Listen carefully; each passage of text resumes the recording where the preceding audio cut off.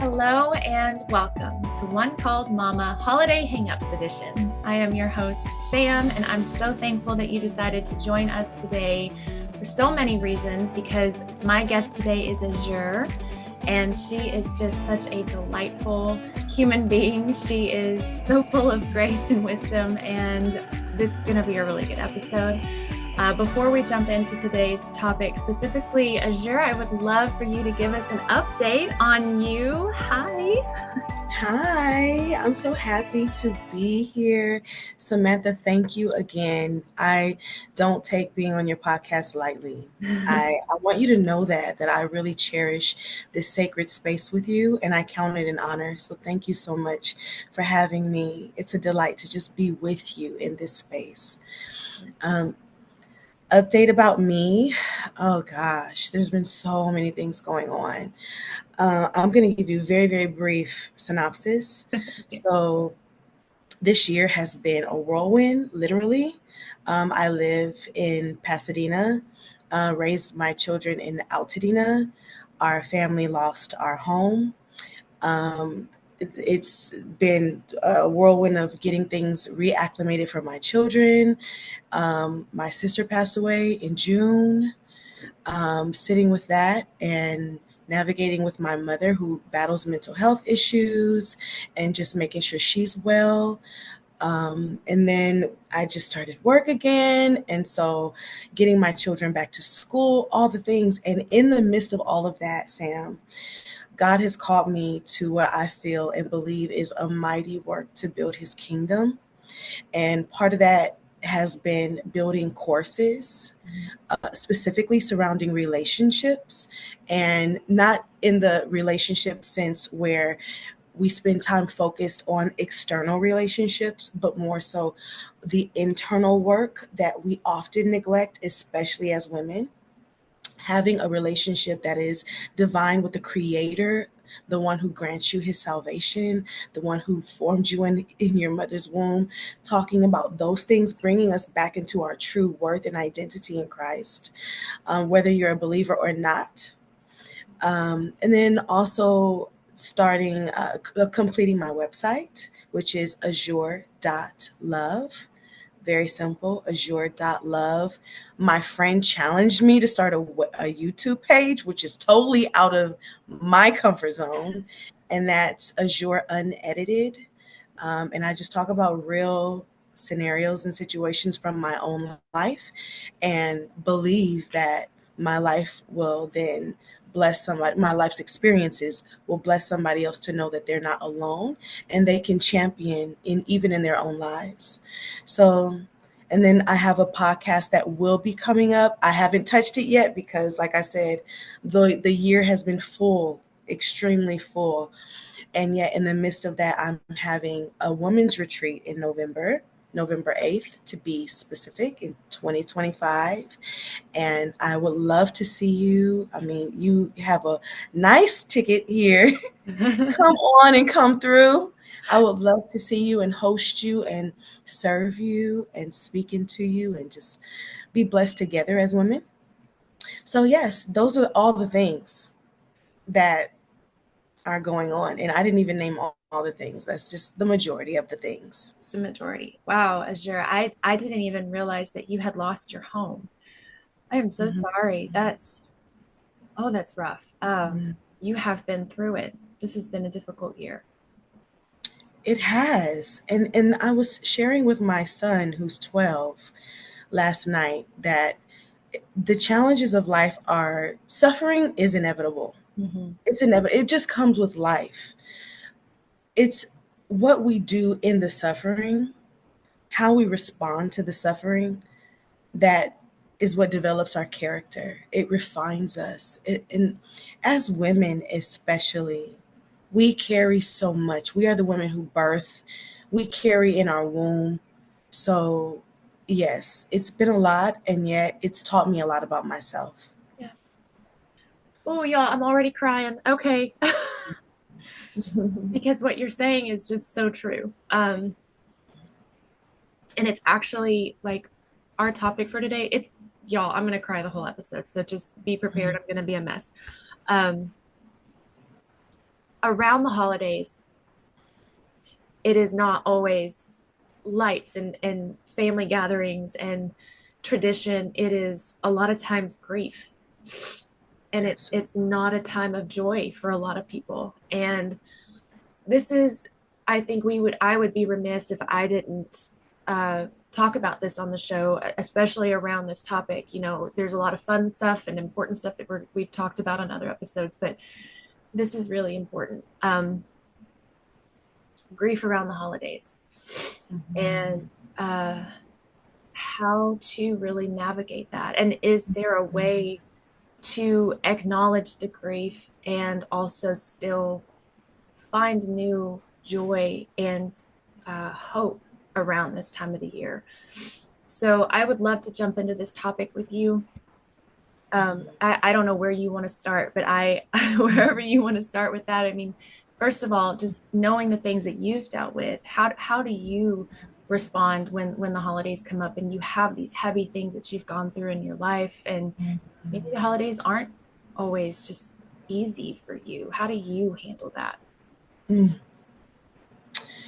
Well, I think the gift that God has given me is my experiences. So I'm going to share with you and your listeners a little bit about my just real life experiences. Um, Last year, my husband and I divorced, and we have been married for 20 years to the date. We got married May 31st in 2004, and then we got divorced May 31st, 2024. And it was just I spoke about how this year has been challenging. Last year was a different type of challenging. I faced a lot of shame, a lot of grief. I Life as I knew it was totally different. I moved out of our family home that we raised our children in, that I birthed our children in. My mother, my father-in-law lived right next door, so we had community and security. I never worried about leaving the door open. Like, it was amazingly beautiful. Open up the front door, the mountains, there would be peacocks and deer and coyotes, like just owls at night. Just a beautiful environment, if you could imagine. And I moved. So now I'm in a foreign place. And not only am I in a foreign place, but I've never taken care of myself. I was married at 20. I had just turned 20. I was 19 when we met, just turned 20, got married very quickly. And he was the one who went to school and took care of the bills and all the things. So I never had to, worry about or even consider those things. I was a stay-at-home mom, took care of the children. We have 5. So that was, to me, my contribution to our family. And so fast forward now, here we come to the holidays. We're divorced. My children are still trying to figure out and navigate what life is like without mom and dad together. And I'm trying to navigate, did I make the right decision? Was this a mess? I miss my husband, but I don't really want him to know that. And all the chaos and confusion surrounding what led up to our marriage, our divorce. And our family is huge. Our family always gathered at the family home during the holidays.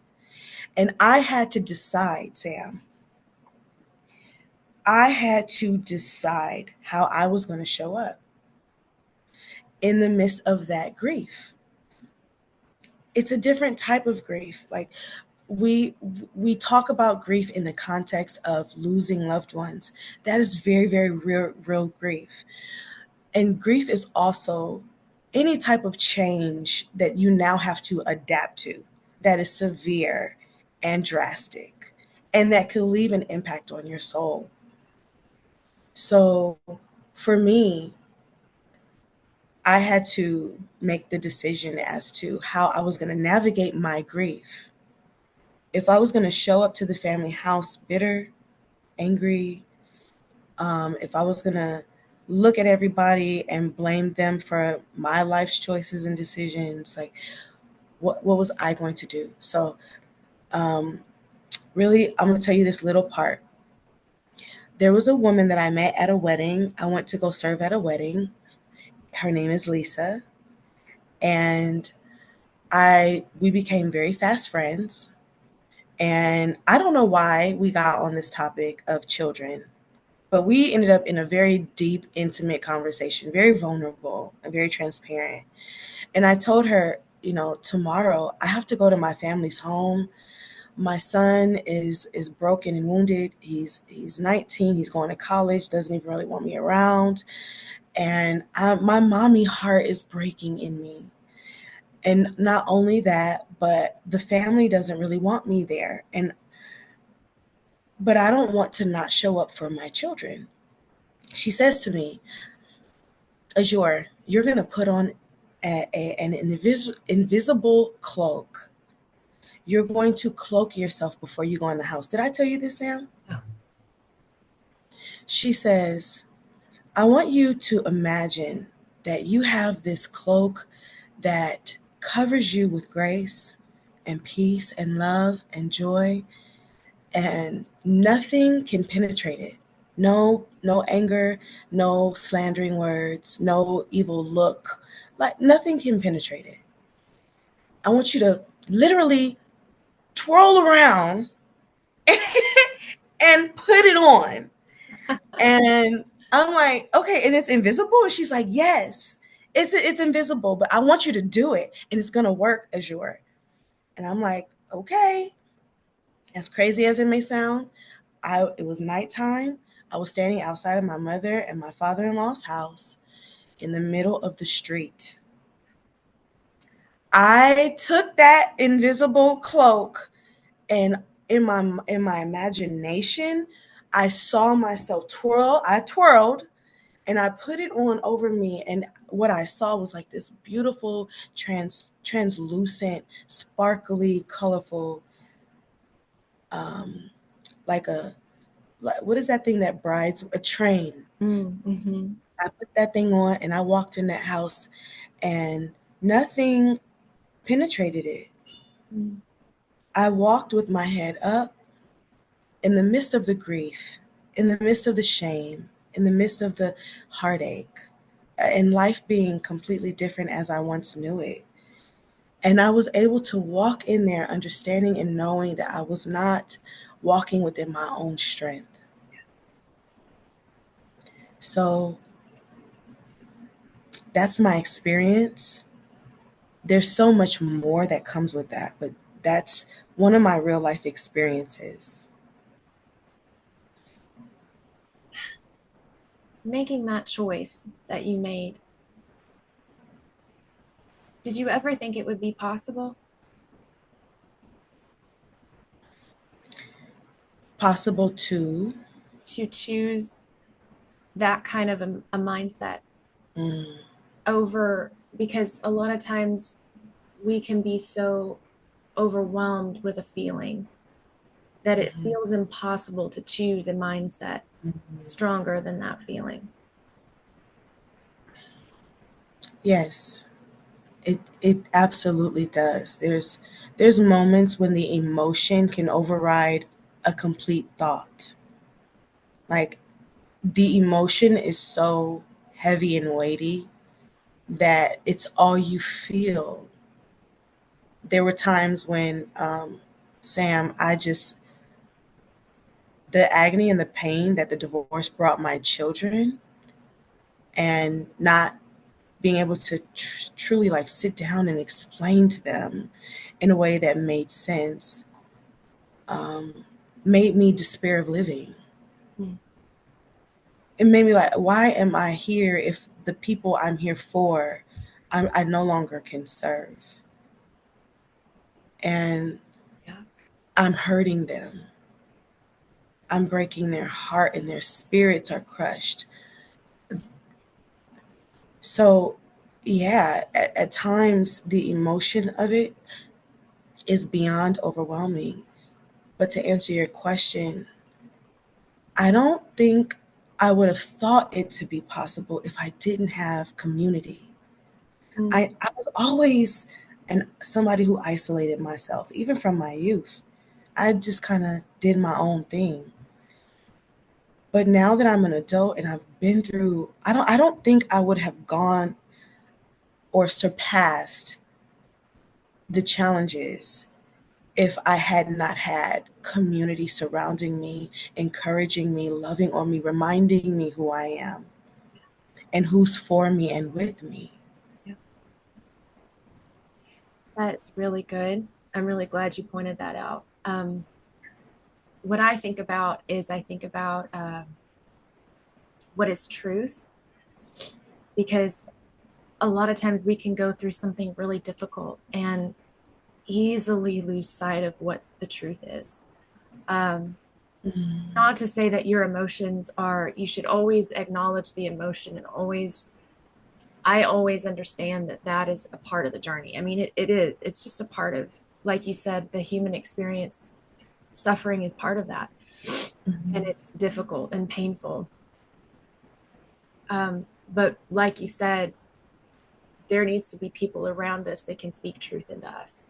Mhm. Because a lot of times when we get to that place, that really dark place, that really hard place, uh, we can't do it for ourselves.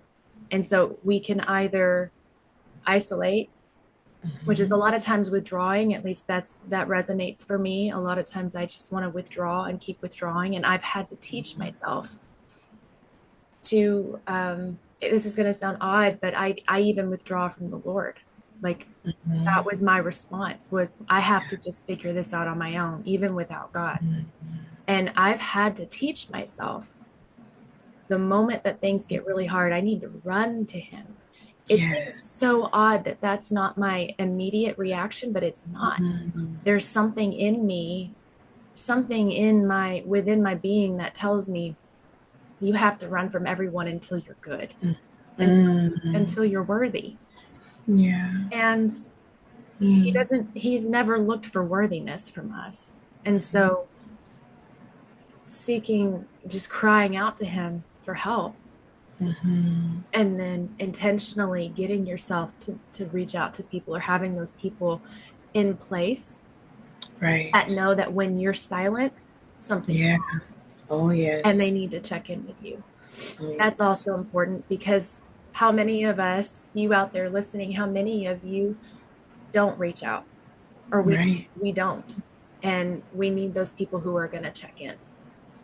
Absolutely. And I like to call what you said the secret place.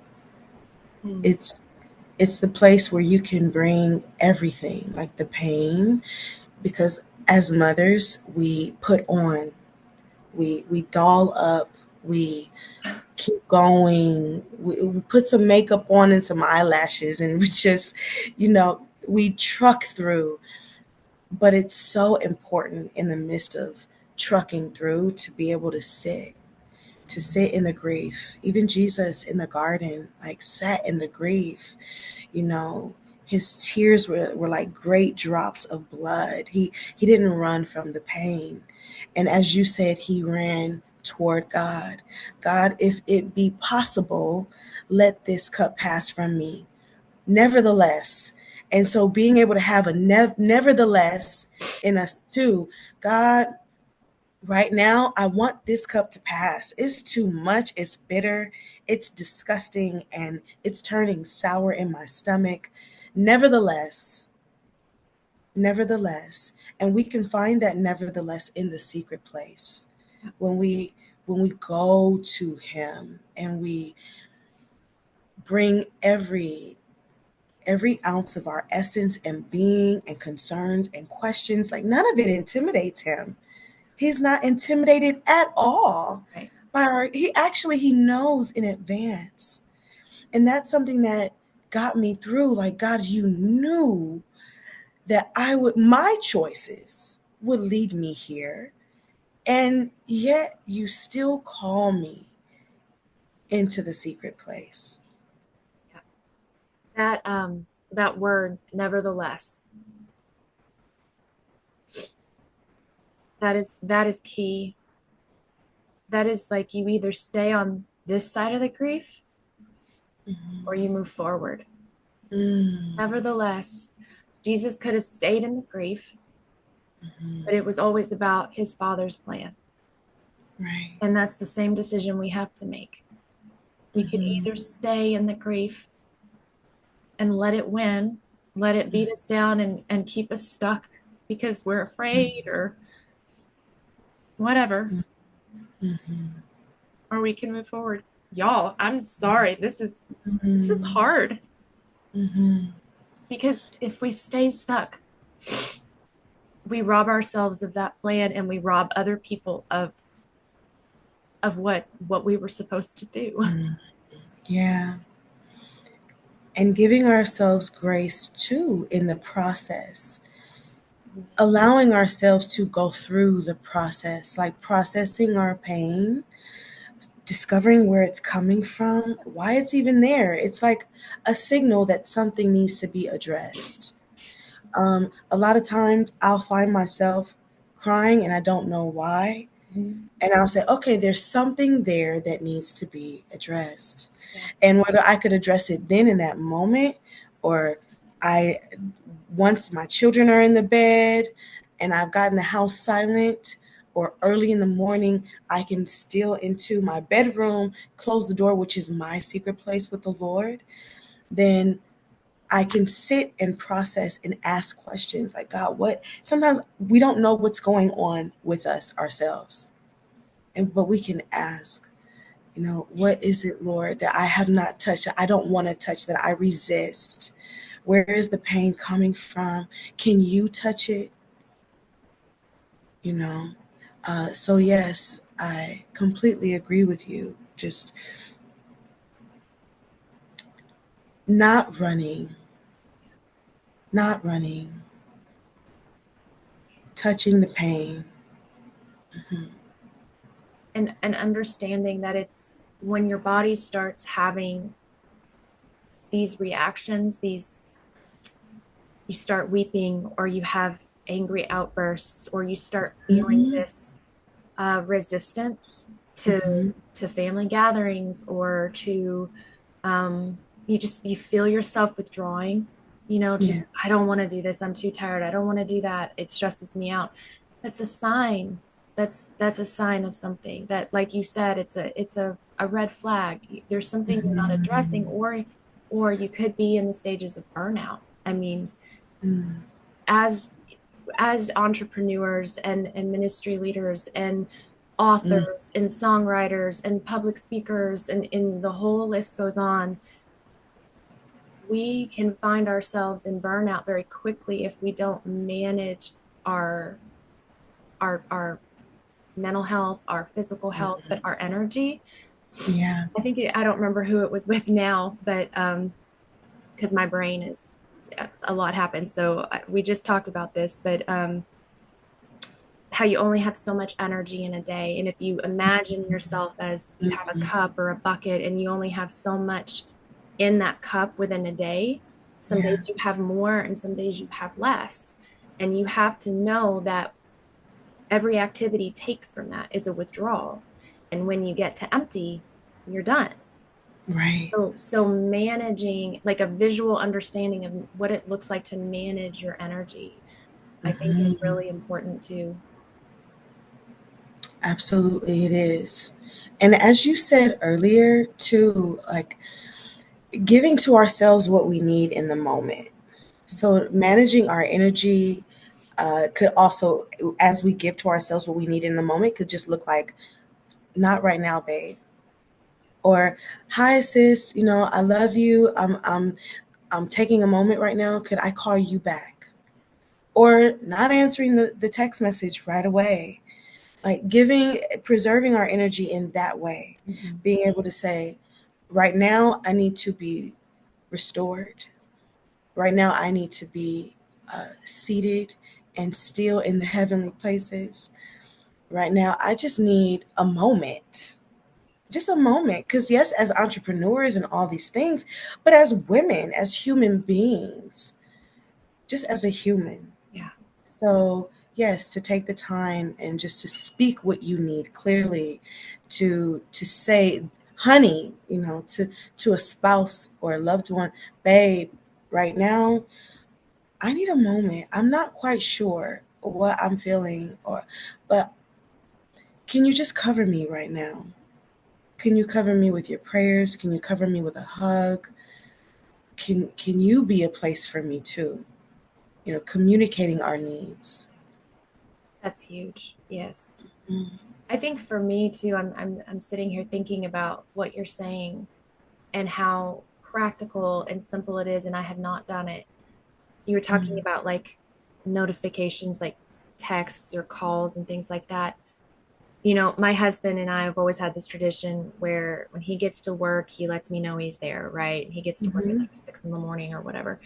And so responding to that and then actually physically turning my phone off for like Mm. a designated time. Because I'm finding that the friction between being able to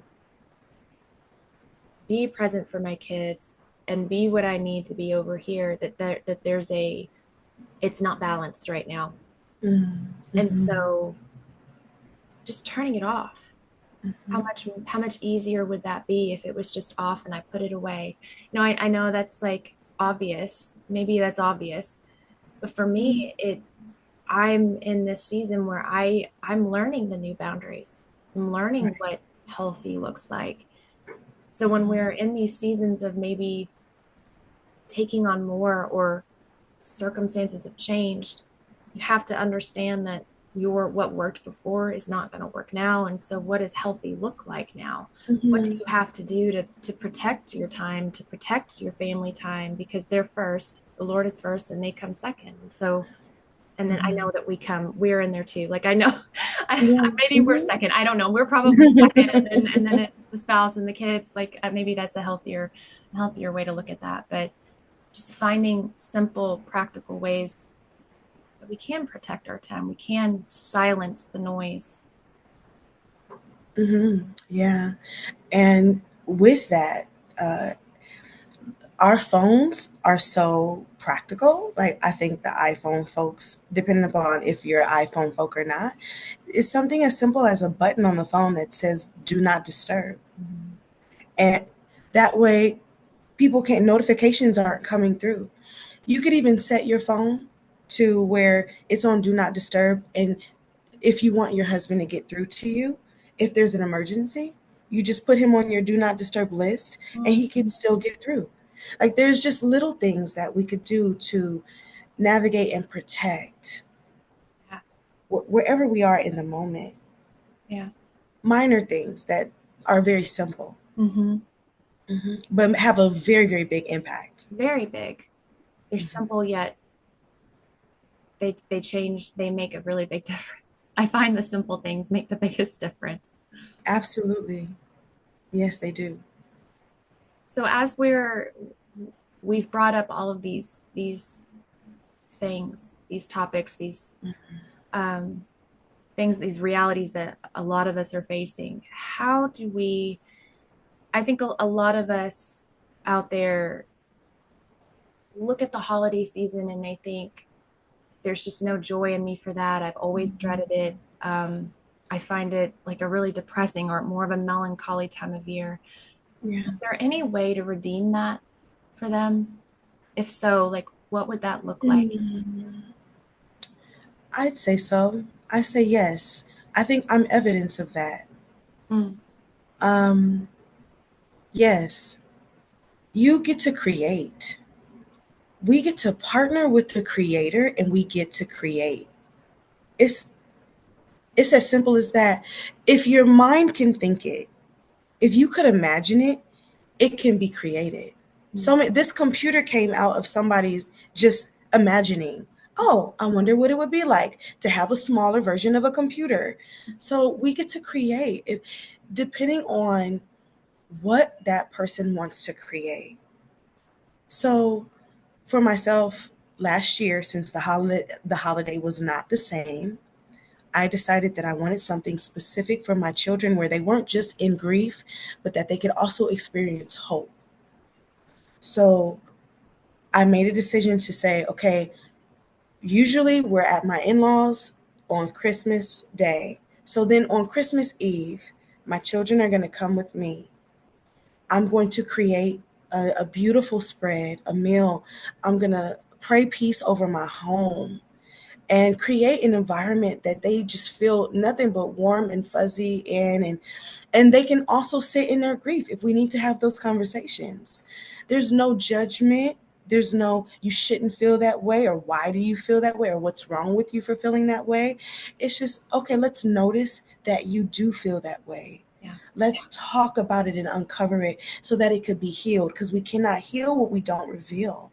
Right. So we get to create, and your listeners, every one of us get to partner with the creator of heaven and earth, and we get to say, Lord, I'd like to see this.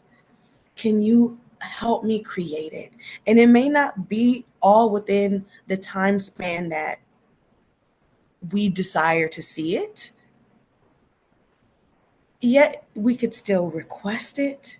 And we start with where we are now, and we give thanks and praise for what we have today, right now. I don't think I could say that any better. Mm. And it's okay if it doesn't look like what someone else's looks like too. We compare, and we have to acknowledge, especially if we're dealing with something super difficult, like a divorce, like a loss, like the losing of a job, or Mhm. anything, like you said, like Right. a major loss in your life.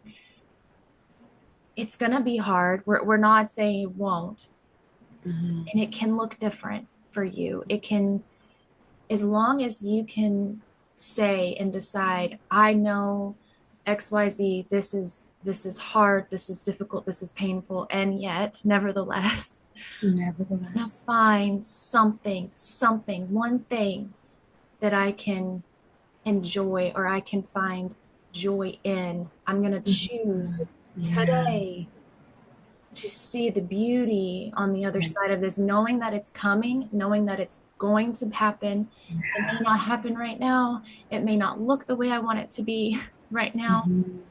but it will happen. Yes. That's what keeps us moving forward. When we give up and think that our current reality is the way it's going to always be, and for some reason, I don't know if I'm the only one that does that, but it's like your Mhm. mind can just say, "Oh my gosh, this is the it. Like this Mhm. is what our life is now. It's pain and Right. misery and grief, Yeah. and it's hard and scary. It's never going to change." And it's like, "No, calm down. Take a Xanax. Like for real, it's going to get better. This is just a passing moment." And Yes. if we can believe that it's gonna change, it's gonna get better, that these hard moments are just moments, Mhm. then we Mm. can push past it a little better. Yes. Yes. Moments. Moments. Temporary moment, fleeting moments, moments that come and they go. And in the midst of them, we still get to sit in the pain. We get to process we get to feel, because we're human. Right. And we get to hope. Yeah. We get to create. We get to look into the distance and see what we desire to one day see in reality. And then take little steps to start adding value to our lives so that we can create that. It it is a mind shift. Literally, it's a mind shift. And so, as you said, sometimes my mind starts to ruminate and think on things, and then I just find myself in a whirlwind. It's That's very human. That's very normal. And I believe that's why the Lord lets us to know that faith is the substance of things hoped for. It's the evidence of things that we do not see. It's not in front of us. We can't physically see it with our eyes, but we can rest in hoping and in having faith that knowing God sees us, He hears us, He has not abandoned us. We are the work of His hand. We can even take refuge under His wings, His shadow, and we are safe there. and we still have everything we need. Oh, one of the things that blessed me last year when I was creating for Christmas was understanding my limitations. Mm. Lord, I don't have a lot of money. Lord, this is my first time being on my own, and I'm barely paying the bills. And yet, I have 5 children and I want to get them something. And so, what came to me was just to get them one thing, one significant thing, one, and to sit and share with them the meaning of their names. I wrote it all out on a card. I wrote the meaning of what their names are, how I see them, and I spoke blessings over their future. That alone was worth more than anything I could buy in the store. So, what I'm saying is being curious as to what we could create and what is it that you do want to create? Do you want to create a peaceful environment, a memory, a beautiful memory, something that when they look back on it, they think, oh, I'm so glad we went here and we did that and we had this experience? We can do that. That's a possibility. But sometimes we dwell in the realm of what we feel is impossible. But we have to remember with God, nothing is impossible. With man, things are impossible, but not with God. Oh my goodness. And I actually uttered the words today. Everything feels impossible. Mm. It does. It feels impossible right now. It really does. Yeah. Yeah. And I know that's a moment. And I love that you can, like you said, we can create experiences. And a lot of times we can create experiences for free with our Yes. kids at any Yes. age. Do you know how many events that they have? And just in every area. And if it's not in your direct area, like in a bigger city near you, there's Mm-hmm. events all the time around this time of year of pumpkin patches and Mm-hmm. festivals and parades and um, like hot chocolate tastings, like where you can go and like walk around businesses and they each one has like a hot chocolate and a cookie or Mm-hmm. something. I mean, there's stuff all the time. And a lot of times those are free or they're very, very Yes. inexpensive. Yeah. Mm-hmm. Craft shows, how fun are craft shows? Like when you walk around and look at all the fun stuff, you don't have to buy anything, but you can just look. And Yeah. those memories are, Yes. those are fun. Like I remember doing stuff like that with my mom and dad as a kid. Like we went garage sailing all the time. And oh, Mm-hmm. that was so much fun because I was with Mm-hmm. my mom and it was just what we did. Right. So those things are free Right. and fun. And lasting memories. Yes. Like you just said, you remember when your mom and dad. I remember when my grandmother and I would get lost on purpose. Oh, You just get in the car and go get on purpose, oh, But those are memories. yes.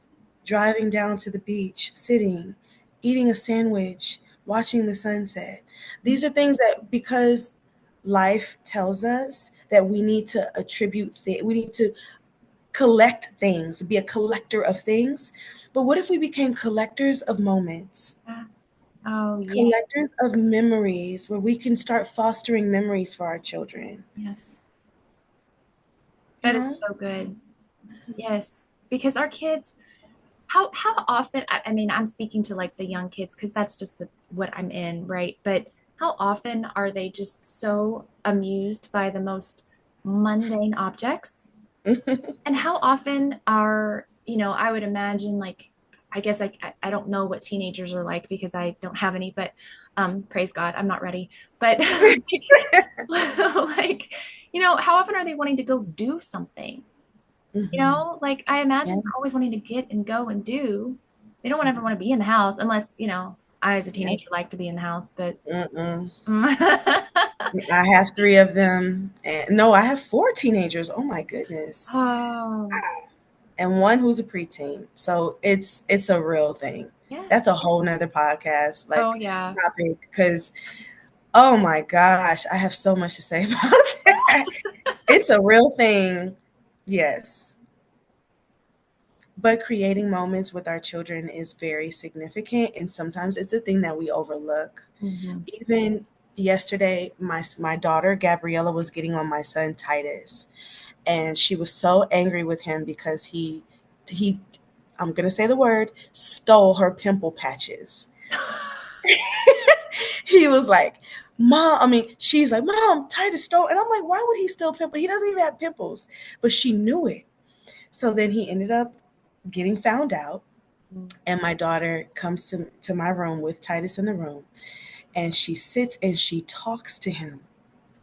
And she's just telling telling him her experiences. Like, Titus, I remember I used to steal and I used to do this, and nobody trusted me, and I would lie, and I got tired of people not believing me when I was telling the truth.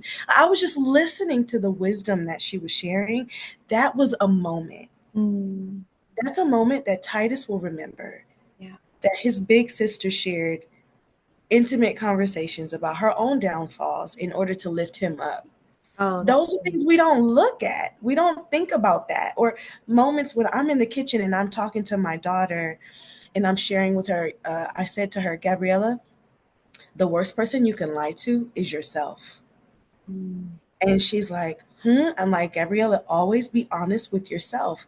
If you can't tell yourself the truth, you will lie to others very, very, very easily. Be honest with yourself. Tell yourself the truth. And then we're in the room and she's like, Mom tells me yesterday, it's the worst person to lie to is yourself. Like, these are moments.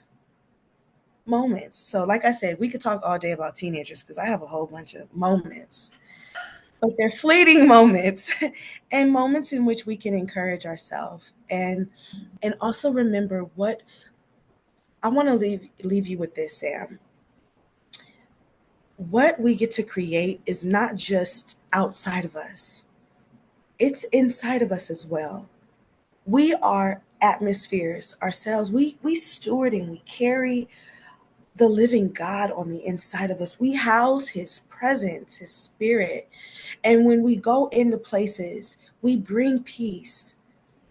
So we are also able to create moments, but we are an environment in which people, when they walk into us, experience a moment.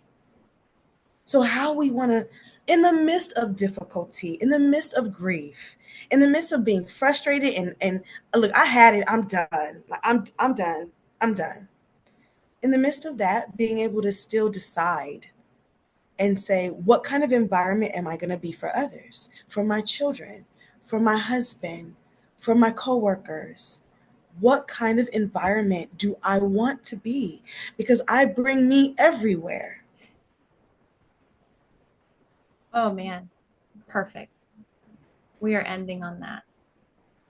Azure, I find that I learn so much from you every time you speak. You have such life in your words, and that's the Holy Spirit in you at work. And I'm so thrilled that, because when we met at conference, I was not, I was a little nervous. I was like, I don't know anyone. Well, I knew a few people, but you really pursued me there, and you were like, we're gonna stay connected. I'm like, we are, and you're like, yes, we are.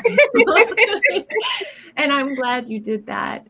You are so lovely, just not just physically. I mean, you're beautiful, you're just stunning, but inside you just have so much life, and I'm just so thankful. I'm thankful for you and that you decided to be here amidst everything that's going on in your world. I'm so thankful you said yes, and my listeners are so blessed to have you on. So thank you. Thank you. And I love you, my sister. Like I said, you're my sister, like from another mother, of course. But you're my sister. We were at that table with purpose and intent by God. I think it was by design. And I'm grateful also that you even see in me what the words that you just spoke to me. Sometimes when I look in the mirror, I don't always see that. So I'm grateful and appreciative to hear you speak that into me. I'm grateful for the time that I get this sacred moment that I get to share with you and your listeners. Thank you for hearing me. I love you dearly and tremendously, and that's just what it's going to be. I love you too. I love you too, forever. Oh man, thank you all so much for being here with us today. If you have any prayer requests, especially after what we talked about today, we would be so happy to pray with you. So prayer requests, suggestions for future episodes, feel free to reach out to me at onecalledmama@gmail.com. Thank you again, Azure. Thank you all for being here, and we'll be talking to you again very soon.